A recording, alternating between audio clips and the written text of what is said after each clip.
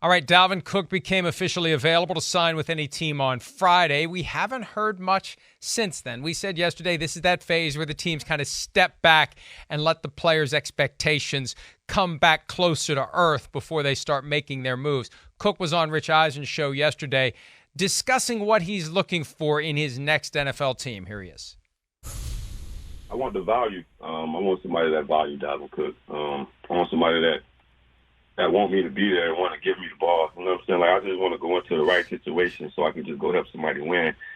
Like you said, like, the money don't come or whatever it comes with. You know, you play good, they're going to pay you. That's what comes with it. But I just want to go somewhere and feel like it's home for me and go somewhere and help somebody win and just go be me. Just go turn and lose.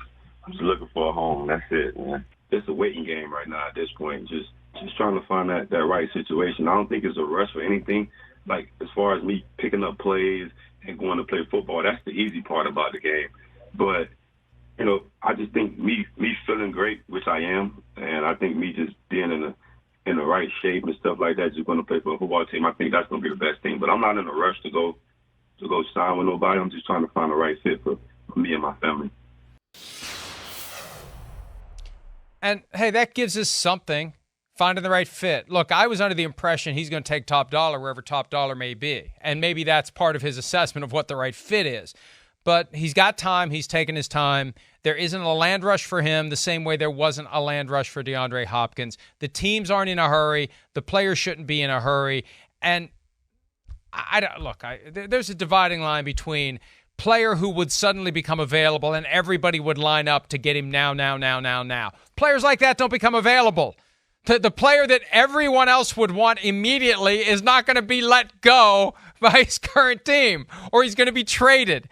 You're not going to have a free agent like that show up in June. No, exactly right. Dalvin Cook, I mean, he said it right, and I don't know, if I was him, he's just trying to find or strike that balance of, like he's talking about, value Dalvin Cook, right? Get paid, but also be on a team that's damn good. I don't envision him going like, oh, yeah, I'm going to go sign with the Houston Texans or something like that because they pay me $10 million. That I don't see happening, right? So what is that fit? What is that team that would, fancy a Dalvin Cook and even make sense for Dalvin Cook, right?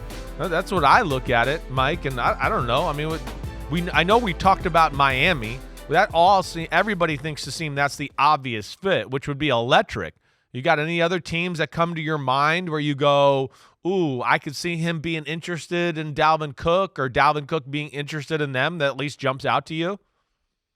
Dallas is the other team that I think of. Yeah. Dallas. Because they keep flirting with the idea of Ezekiel Elliott, and it will cost more to get Dalvin Cook, but you combine Cook with Tony Pollard, Deuce Vaughn as an outside option. I think that could be very interesting in Dallas and a great complement to their passing game and help them push closer to whatever it is they're trying to do.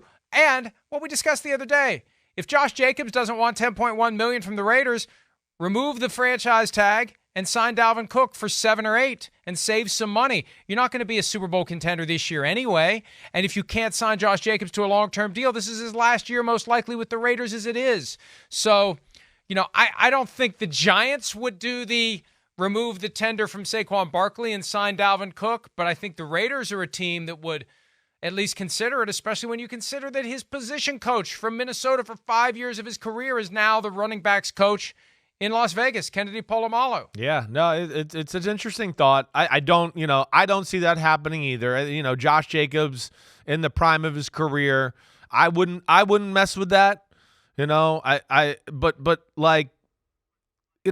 After Miami, that's where it's weird. It's hard to look at teams to go, ooh, this is where it'll make sense, or I think they can pay him. Like, I look at, like, the Baltimore Ravens. Would they want to flirt with Dalvin Cook, right? I mean, I don't know. I mean, Dobbins, yes, we know he can be really good, but he didn't look the same last year. He's coming off a knee injury. How close to 100% will he be? Gus Edwards, he was banged up last year, and he's not really your number one guy. That's another one that jumps out to me, Mike, right? But after I get through, like, the Dolphins, the Ravens, maybe your Raiders theory there, I have a hard time looking at teams that go, ooh, I think this makes sense, or at least they'll give him $7 to $10 million to come there and play running back. The Jets are still kind of lurking out there, too, given that Breece Hall is recovering from a torn ACL, and they're in that all-in mindset. And job number one for them is to get this Aaron Rodgers contract reconfigured. They got about $23 million in cap space now. They got to figure out how much of the Rodgers money is going to land this year, what the cap charge is going to be, and they may have enough left over that they can make a play for Dalvin Cook. But I've been hearing Jets kind of behind the scenes for a while now. It would be a surprise, but you keep him away from the Dolphins. You keep him away from the Bills, although I don't think he wants to go to Buffalo. I think he wants to defer to his brother James and let him have his time to develop and grow and shine. But the Jets would make some sense if they decide to do it.